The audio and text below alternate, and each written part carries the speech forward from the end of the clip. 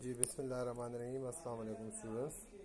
आज हमारा टैक्स का जो लेक्चर है 7B का, हमने 7B स्टार्ट किया था। जी हमने 7B स्टार्ट किया था। इसमें हमने पढ़ा था कि स्पेशल डिडक्शंस हमने स्टार्ट किए थे, और स्पेशल डिडक्शन में जो हमने डिस्कस किया, इसमें टैक्स डिप्रिसिएशन डिस्कस किया। टैक्स डिप्रिसिएशन के दो पार्ट्स हमने डिस्कस किए, एक नॉर्मल टैक्स डिप्रिसिएशन और एक इनिशियल अलाउंस। ठीक है, ये हमने डिस्कस किया। फिर हमने कुछ और चीज़ें डिस्कस की, रिटर्न डाउन वैल्यू तक हमने डिस्कस किया था, रिटर्न WDV तक। ठीक है, ये हमने डिस्कस किया था। आज हमारा जो टॉपिक है वो है कॉस्ट, कि कॉस्ट क्या होगी। ठीक है, जो एसेट है बिजनेस एसेट, उसकी कॉस्ट आप कैसे कैलकुलेट करोगे बिजनेस एसेट का।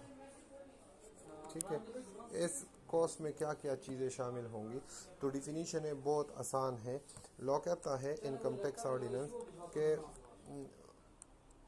Consideration given. कंसिडरेशन मतलब आपने एक गाड़ी परचेज की बिजनेस पर्पस के लिए और कैश में, तो जितने पैसे आपने दिए वो कॉस्ट होगी।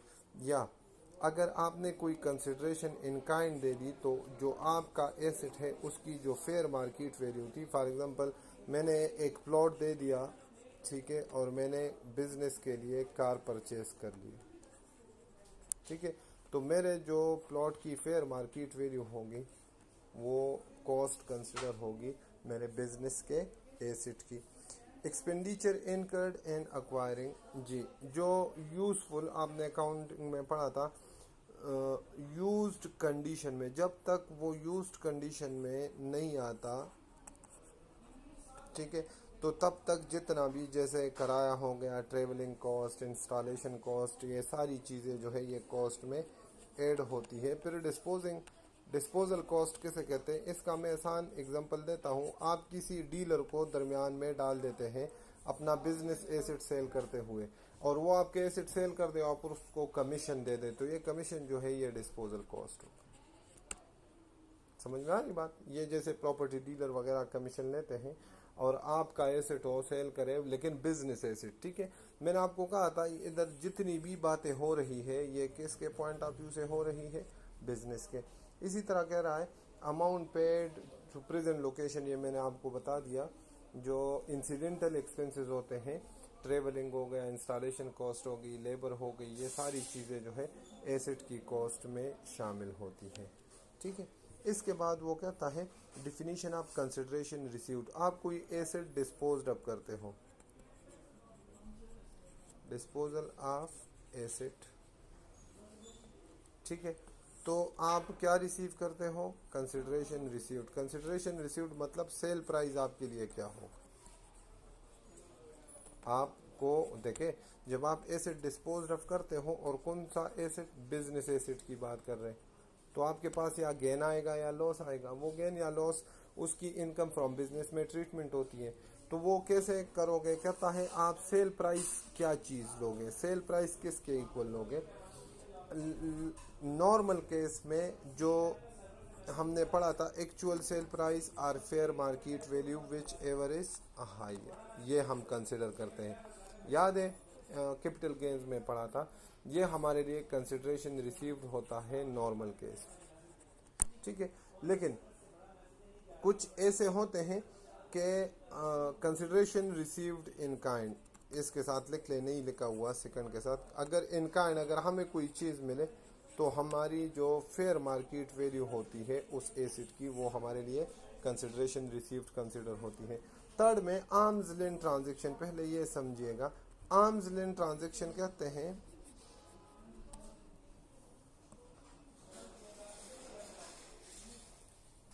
आर्म्स लेंथ ट्रांजेक्शन कहते हैं कि जिस पार्टी के साथ आप ट्रांजेक्शन कर रहे हो उसका आपके साथ कोई रिलेशनशिप नहीं है, नो रिलेशनशिप। समझ में आ रही बात।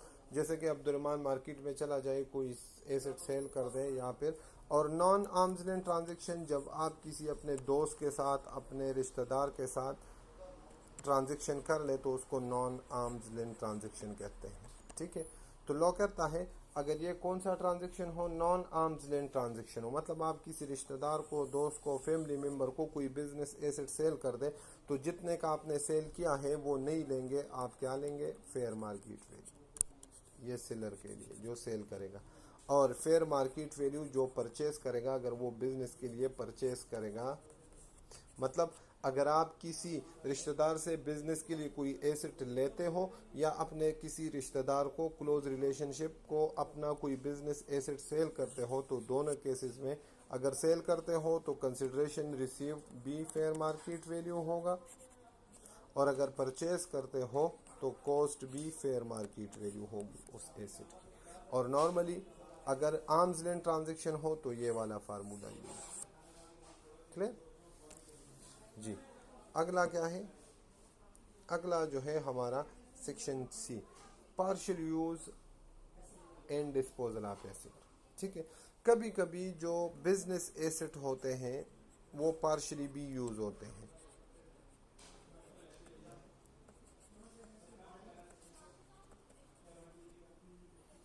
पार्शियल यूज का क्या मतलब है कि बिजनेस के लिए, फॉर एग्जांपल मेरी गाड़ी है, मैं अपने पर्सनल यूज के लिए भी इस्तेमाल करता हूं और बिजनेस में भी इस्तेमाल करता हूं।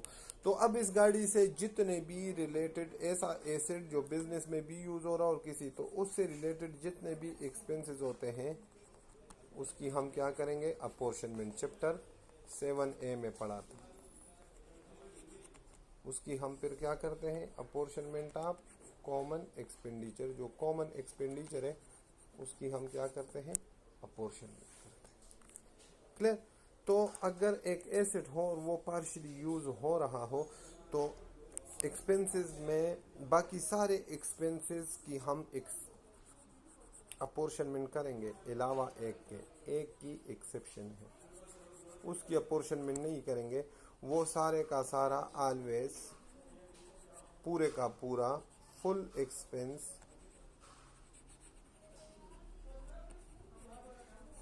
शैल बी चार्ज टू बिजनेस। वो पूरे का पूरा एक्सपेंस जो है वो बिजनेस को चार्ज होगा, और वो एक एक्सपेंस कौन सा है, वो है इनिशियल अलाउंस। समझ में आ रही बात, मतलब नॉर्मल डिप्रिसिएशन का हम करेंगे, फ्यूल का करेंगे, मेंटेनेंस का करेंगे अपोर्शनमेंट। इनिशियल अलाउंस जितना हो वो सारे का सारा हम किसको चार्ज करेंगे, बिजनेस को चार्ज करेंगे, उसकी अपोर्शनमेंट नहीं करनी, उसकी अपोर्शनमेंट नहीं करनी। इसके लिए एग्जांपल है वो आप देख लीजिएगा। Mister A purchase the building on, अच्छा सॉरी, इसमें जो एग्जांपल नंबर 1 है पेज नंबर 6 के ऊपर, बिल्डिंग की जगह आप करें, बिल्डिंग को रेस कर दे, क्योंकि बिल्डिंग पे पहले इनिशियल अलाउंस था, इसको ख़त्म करें और इसके साथ लिख ले प्लांट एंड मशीन।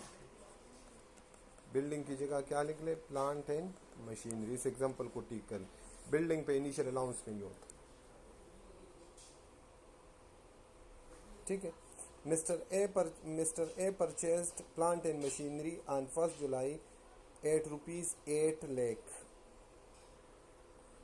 8 लाख के साथ एक और सिपर लगा लीजिएगा, ये 8 मिलियन है, 8 लाख नहीं। ये फिगर इस तरह कर लीजिए, 8 मिलियन, ये दो चीज़ें इसमें करेक्शन कर ले। ठीक है। Which is use 60% for his business and 40% for his private residence. Building की जगह प्लांट एंड मशीनरी ना करें, सॉरी, इसकी जगह करें आप व्हीकल। ठीक है, प्लांट एंड मशीनरी पर्सनल के लिए यूज नहीं हो सकता। Calculate the amount of depreciation he can claim as a tax deductible. मैंने आपको कहा था कितने कॉलम बनाने हैं, 3, एक टैक्स WDV का और एक टैक्स डिप्रिसिएशन का। तो टैक्स डिप्रिसिएशन कितना परसेंट आएगा, 60%, क्योंकि टैक्स डिप्रिसिएशन बिजनेस से रिलेटेड है। और पर्सनल कितना है, वो है 40%, तो वो इधर आ जाएगा। ठीक हो गया, सही है। तो ओपनिंग क्या है, परचेज क्या है, 8 मिलियन, इनिशियल अलाउंस नहीं होगा। ठीक है, तो इस पे क्या होगा, सॉरी, इनिशियल अलाउंस होगा तो लेस इनिशियल अलाउंस, व्हीकल है ना, फ्लाइंग फॉर हायर कर ले, जिसपे इनिशियल अलाउंस होता है।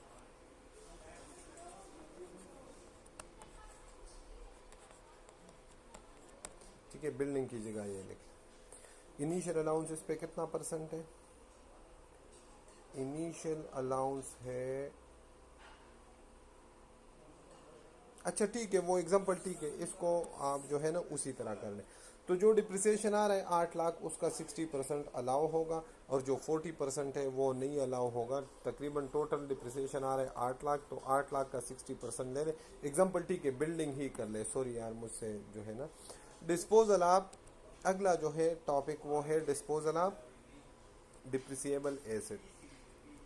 डिस्पोजल ऑफ डिप्रिसिएबल एसेट का मतलब है disposal of business asset. Depreciable या बिजनेस एसेट दोनों कह सकते हो, ठीक है। जब आप डिस्पोजल करते हो तो आपके पास या गेन आता है, इसको हम कहते हैं टैक्स गेन, या फिर आता है टैक्स लॉस। अगर गेन आता है तो ये इनकम फ्रॉम बिजनेस कंसिडर होती है, मतलब इनकम फ्रॉम बिजनेस में हम इसको ऐड करेंगे। अगर लॉस आता है तो ये एक्सपेंस कंसिडर होता है, मतलब इसको हम डिडक्ट करेंगे under the head income from business. मैंने पिछले लेक्चर में एक कॉन्सेप्ट स्टार्ट किया था, लेकिन वो फिर मसला हो गया था। मैंने देखिए, न्यूमेरिकल क्वेश्चन जो है बिजनेस के वो दो तरह के पूछे जाते हैं। स्टाइल उसका दो किस्म का है, एक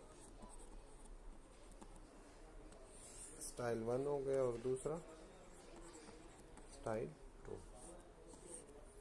ठीक हो गया। स्टाइल 1 में क्या है, वो आपको डेटा दे देता है, सेल्स दे देता है, एक्सपेंसेस दे देता है। ये तो सिंपल है, आप क्वेश्चन स्टार्ट कर लेते हो रिवेन्यू से या सेल से, और इसमें एक्सपेंसेस लिस्ट कर देते हो, आपको पता है, और इसमें ऐड कर देते हो टैक्स गेन अगर कहीं पे हो,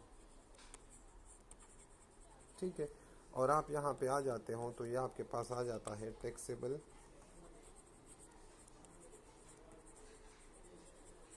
बिजनेस इनकम। और ये वाला क्वेश्चन वो रेयर केसेस में पूछता है। वो जो मेजॉरिटी क्वेश्चन पूछता है उसका है स्टाइल 2। वो क्या है, वो आपको अकाउंटिंग प्रॉफिट दे देगा। क्या दे देगा? अकाउंटिंग प्रॉफिट, या इसको वो कहता है प्रॉफिट बिफोर टैक्स।